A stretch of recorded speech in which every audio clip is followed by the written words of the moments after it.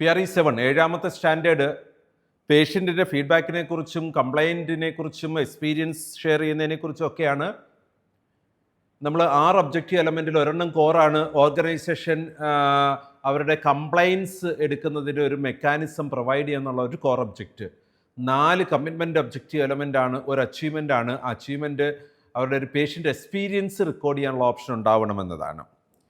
ബാക്കി എല്ലാം തന്നെ നമുക്ക് ഒരു ഫീഡ്ബാക്കിനെ കുറിച്ചുള്ള കാര്യങ്ങളാണ് പറയുന്നത്. അതെങ്ങനെ അഡ്രസ്സ് ചെയ്യണമെന്നതിനെക്കുറിച്ചാണ്, അതെങ്ങനെ അനലൈസ് ചെയ്യണമെന്നതിനെക്കുറിച്ചാണ് പറയുന്നത്.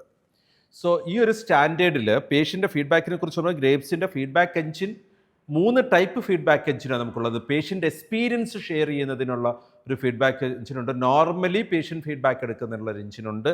പേഷ്യൻ്റ് ഒരു കംപ്ലൈൻറ്റ് രജിസ്റ്റർ ചെയ്യുന്നതിനുള്ള ഒരു എഞ്ചിനുണ്ട്.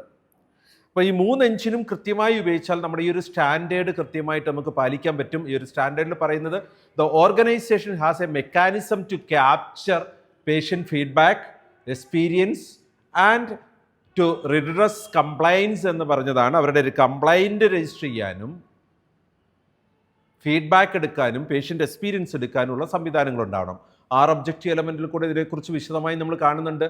നമുക്ക് ഫീഡ്ബാക്ക് ക്യാപ്ചർ ചെയ്യുന്നതിന് ഉള്ള ഒരു ഇതിൽ തന്നെ പേഷ്യൻറ്റിൻ്റെ സാറ്റിസ്ഫാക്ഷൻ ലെവൽ ആ ഫീഡ്ബാക്കിൽ കൊടുക്കാനുള്ള ഓപ്ഷൻ ഉണ്ടാവണം. പേഷ്യൻ്റ് എക്സ്പീരിയൻസ് ക്യാപ്ചർ ചെയ്യാനുള്ള ട്രീറ്റ്മെൻറ്റ് റിലേറ്റഡ് എക്സ്പീരിയൻസ് ക്യാപ്ചർ ചെയ്യാനുള്ള ഓപ്ഷൻ ഉണ്ടാവണം. കംപ്ലൈൻറ്റ്സ് രജിസ്റ്റർ ചെയ്യാനുള്ള ഓപ്ഷൻ ഉണ്ടാവണം. അവരെ അത് മനസ്സിലാക്കി കൊടുത്തിരിക്കണം എങ്ങനെയാണ് കംപ്ലൈൻറ്റ് രജിസ്റ്റർ ചെയ്യേണ്ടതെന്ന്. ഈ ഒരു സംഗതി അവർക്ക് മനസ്സിലാക്കി കൊടുത്ത് എടുക്കുന്ന ആ കംപ്ലൈൻസിനെ അനലൈസ് ചെയ്യാൻ നമുക്കൊരു ടൈം ഫ്രെയിം ഉണ്ടാവണം നമ്മുടെ സ്ഥാപനത്തിൽ. ആ ടൈം ഫ്രെയിമിൽ പീരിയോഡിക്കലി നമ്മളത് അനലൈസ് ചെയ്ത് കിട്ടുന്ന റിസൾട്ടിനെ ഒരു പ്രിവെൻറ്റീവ് ആൻഡ് കറക്റ്റീവ് ആക്ഷൻസിലേക്ക് നമ്മൾ കൊണ്ടുപോകണം അതിൻ്റെ ആവശ്യകത അനുസരിച്ച്. ഇത്രയും കാര്യങ്ങളാണ് പേഷ്യൻ്റ് റൈറ്റ്സ് ആൻഡ്